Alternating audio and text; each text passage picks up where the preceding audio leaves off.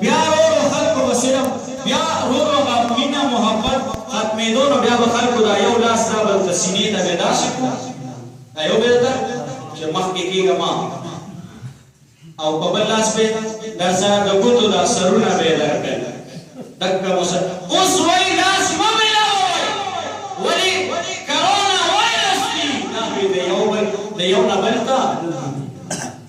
یو ګزار بل غواړي مسلمانی ختمه ده هغه مینه د ګوتو په سر باقي زړه کې خو مینه نه وه خو هغه ظاهري موږ هغه څه چل کول هغه ظاهري خو مو اسلام هغه طریقه یې خدای کوله که نه ظاهري چې دا د مسلمانۍ طریقه د لاس ملاوول اوس مو هغې نه خلاصوي لاس مه ملاووئ او زما مشاهده دا ده کېدای شي ځکه چې جومات بند دی مدرسه بند دی او تبلیغي مرکز بند دی نو کېدای شي چې ورځ نیمه کې درته دا ووایي چې ډېراني مور ته نږدې نه شي ګینې کرونا دا خوند به وګورې چې په یو کور کې در سره او درته وایي نږدې کېږي به ولې کرونا وایرس خدای دې بیخته کرونا وایرس وباسي نو چې کرونا وایرس د ډېراني مور کې دی هغه مري نو زه دې مړ شم نو چې ډېراني مور مړه شوه نو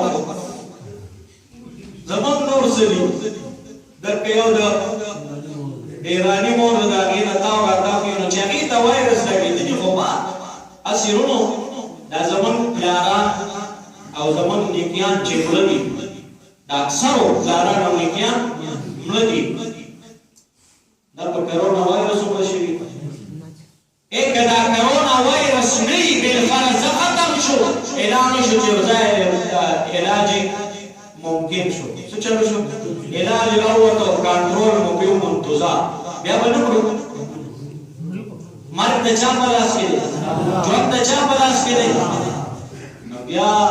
وایي موت کا ایک دن معین ہے نیند راتوں پر کیوں نہیں آتی نو چې دا منو چې ژوند الله را کړی دا منو چې ژوند باقي څوک الله مرګ نو بیا د شپې خوب ولې نه راځي بیا لاس ولې مسلمان سره نه میلاوم چې څه چل دی غاړه خو نشته لارې خو موږ مخکې نه یو لاس خو تاسو چې د تماشه کړې که نه دا داسې لګي او د ګوتو سر مې درته او د الله پیغمبر فرمایي دواړه لاسونه میلاو که او ښه جفت که د هغه لاسو سره او چې یو مسلمان د بل مسلمان سره لاس میلاو کړي مصافحه وکړي د لاس پرېښودو نه مخکې واړه ګناهونه خدای څه چل کړي معاف کړي بهرحال نو هغه ماته د زما د وړوکوالي د یو شاعر هغه خبره هغه به په نظم کې وي یو ګزار بل غواړي را نړېدلې امریکا ده نو موږ مسلمانیه سیم اخري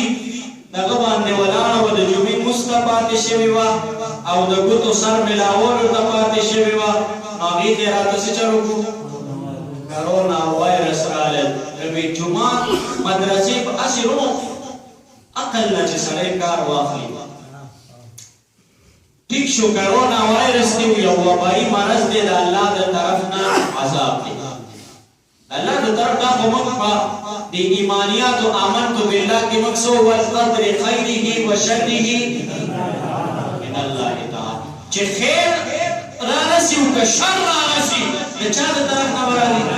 نو چلو دا کرونا وایرس یو عذاب دی یو وبایي مرض دی او د الله د طرف نه په موږ مسلط دی او موږ لایق د دې عذاب وو ځکه چې کله په یو قوم کې بې حیایي سیوا شي تاسو تماشل ځله ویلي الله تعالی هرې ګناه ته ګوري خو کله تاسو تاریخ وګورئ د کله نه چې دنیا آباد ده او په کوم قوم کې بې حیایي سیوا شوې ده نو بیا الله تعالی هغه قوم د صفای هستۍ نه میټاو کړی دی پرېښې نه دی بې حیایي ته خدای بلکل ځکه د ټولو نه زیات غیرتي د الله پیغمبر وایي زیم او زما نه زیات غیرتي څوک دی والله اغیر الله وی زمان هم زیاد غیرتی دی او غیرتی سړی بې حیایي برداشت کولی شي نو الله تعالی هرې ګناه ته ګوري ټیم عزت درکې او چې کله په مخلوق کې او بالخصوص په مسلمان کې بے حیايي زیات شي نو الله تعالی به عذابونه نو دا د بے حیايي خو تاسو ته خبره ده چې بے حیايي کوم ځای ته د حیا خو مکمل جنازه وته ده د حیا جنازه وته د حیا چا کې کوم